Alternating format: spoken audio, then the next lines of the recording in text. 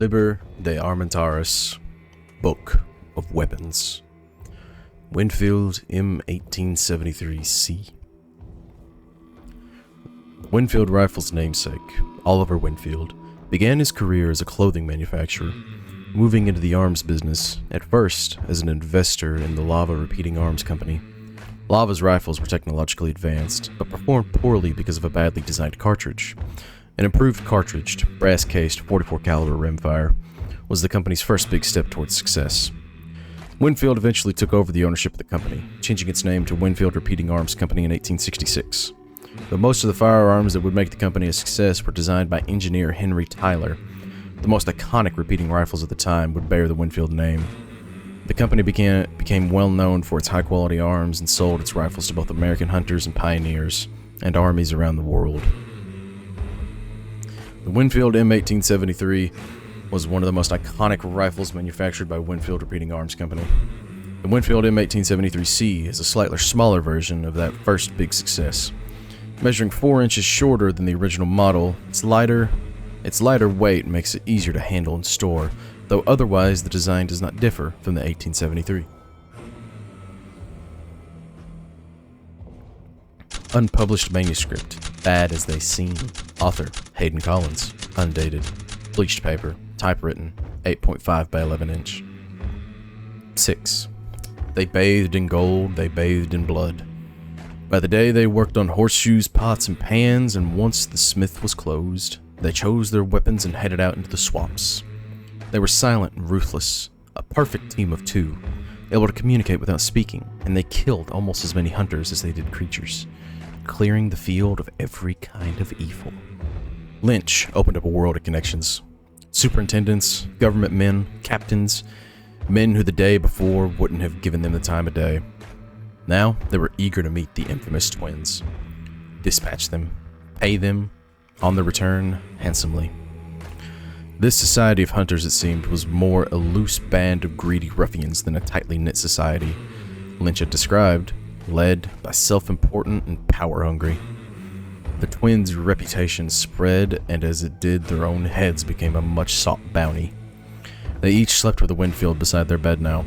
It was a Sunday when they found the woman's body, nailed to a tree beside a dilapidated cabin, rotting and missing the right leg. Finn nodded towards it, the nod an acknowledgement and a question. Monster or human? The nod asked. Joe shrugged. The answer was monster either way. The woman's corpse, pile of rotting flesh, marshy vessel for flies and maggots, had obviously been tortured, used for target practice, and my god, had she still been alive when she had been nailed to the tree? Finn shook her head and pointed toward the door, which hung open. Inside they found a man, dirty and covered in weeping red boils, asleep on a cot. They both raised their rifles and waited. They would learn his victim's name before he died, but as Finn leaned down to shake him awake, a meathead broke through the front door, spraying leeches in every direction from the open sore of its neck. 7. Salter awoke to a floor awash with leeches, a meathead stumbling against the wall and then the small table, knocking papers and pistols to the floor. He awoke to two strangers, two girls, standing beside the fireplace, guns raised, weapons strapped to every possible point across their bodies. One signaled to the other, who took something out of a pouch tied to her belt and threw it through the paper tacked on the window. Outside, a cacophonous crack began, and the creature began to throw itself against the wall without renewed force. One slung her rifle onto her back and took up a sledgehammer that she wielded with strength unseemingly for a woman, let alone a girl. Who were these intruders? She swung the hammer through the air and into the spine, assuming it had one, of the creature. The sound it made, the wet thud, a noise that every being of flesh and bone was loath to hear, echoed in his ears, though he was glad to see the thing floundering on the floor where it heaved and writhed. The girl struck down a second time with the added force of gravity, crushing its leg, and she had not accounted for the leeches, which had, in the meantime, found their way to her feet. She gasped and screamed as their sickening tendrils suckers found purchase on her flesh, and they began to feed. WinField M1873C Silencer. The same as the base model WinField 1873 in every way, with the addition of a sound-suppressing device for quieting the sound of each shot. Serial published by the Tulane Phoenix. Author, Hayden Collins. Publication date, 1907. 1 of 2. She taunted the law at every step.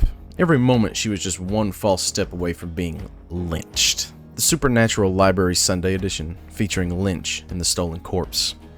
South of New Orleans and to the west, the land veins with water, congealing into bayous and swamps, tupelo and cypress trees protruding from the still waters in a chaotic fence.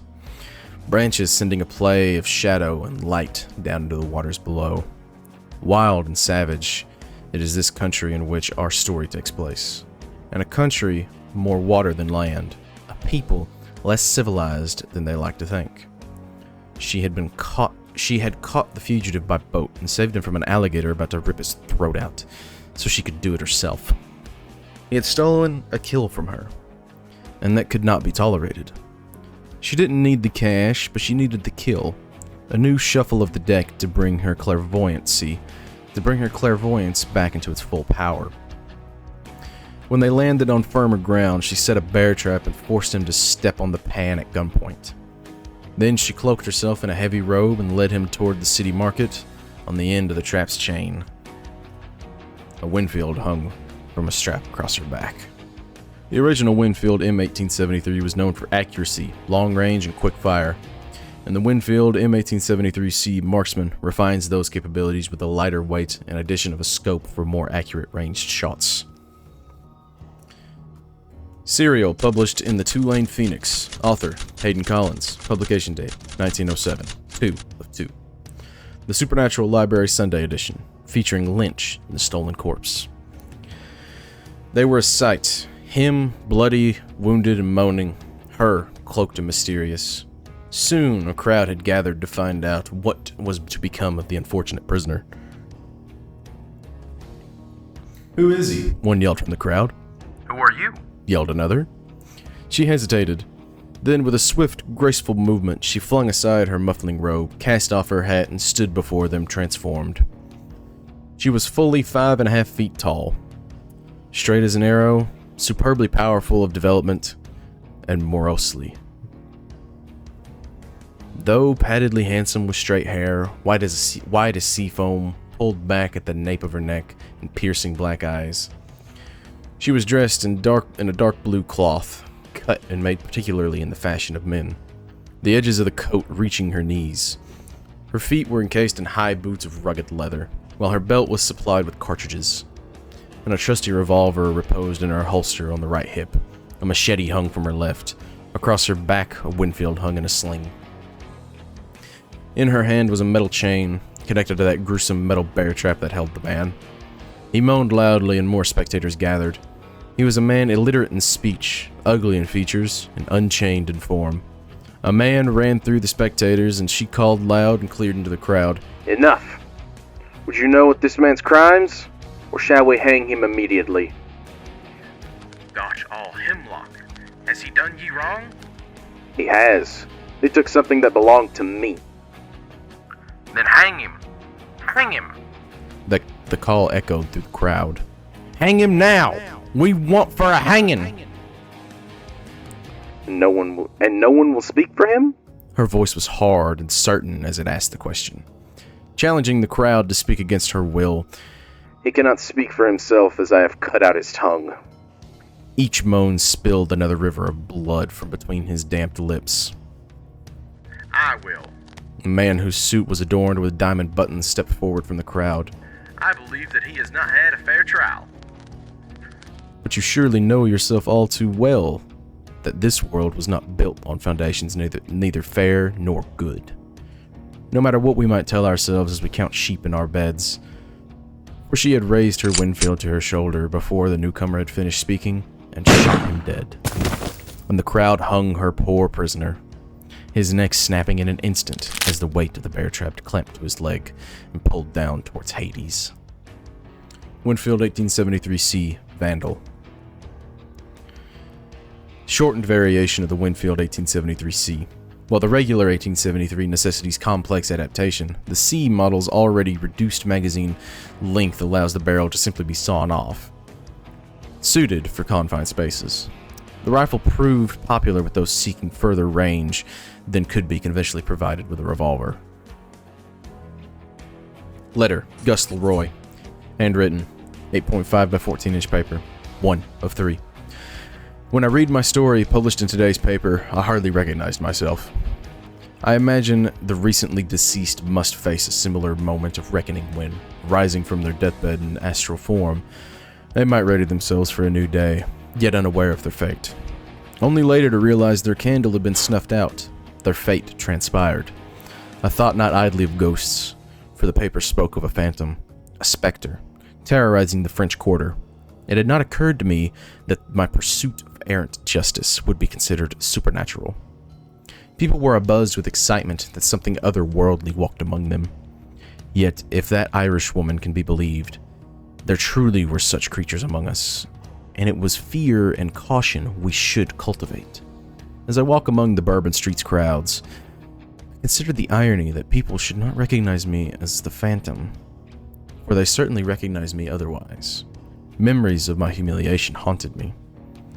At the farrier's, I collected my order. My father's WinField, cut down to size so that I could still fire with my good arm.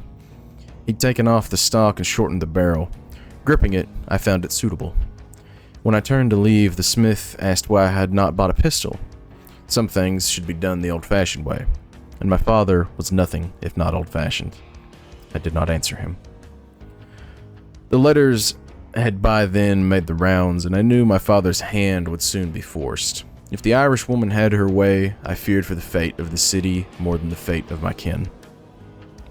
The WinField was concealed easily enough in the sleeve of my long dinner jacket. My scar with a mask, its flamboyance was not out of place in the French Quarter. The plan had been to wait for the crescendo of the piece, but my patience was not what it was. My penchant for drama eroded by my desire for revenge. The orchestra were still tuning their instruments and the crowd still settling when the WinField parked. Father tumbled from the box, and I receded into the dark labyrinth of the theater. 1873C, Vandal, Striker. Shortened WinField 1873C with an attached blade for proficient melee attacks. The modification makes it a competent all-rounder, with a decent range, stopping power, rate of fire, and handiness in melee combat. 2 of 3. Weeks ago, while searching the attic for the letters, I'd come across a book of medical anomalies. I'd since kept it in my pack, turning to it in quiet moments. Today, I read a chapter about the phantom limb, a phenomenon discovered in the Civil War and an affliction of the mind that tantalized those with an amputation with the fleeting corporeal memories. Since the loss of my arm, I had struggled to put a name to a certain sensation of uneasiness. I would awake with a start and reach out to grope for the light, only to realize that I was reaching with the arm that had been taken. When shooting the shortened WinField, I propped the barrel on my forearm. Yet still, I had the sensation that my missing hand was gripping the gun's own missing barrel. I had a revelation on what I had assumed would be the eve of my death, the day that the Irish woman found me. After the incident in the theater, I had headed north, traveling at night, evading her hunters the best I could. At some nameless crossroads, I came across a veteran of the war face down in the dust. I relieved him of his uniform and covered my face with dirt, walking by day now, thus disguised. My revelation was thus: the justice I'd fought for did not exist.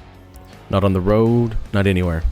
The rule of law was farce, nothing more than an illusion. I starved and begged, and then I robbed. I reached the state border but turned back. There was nothing on that road for me.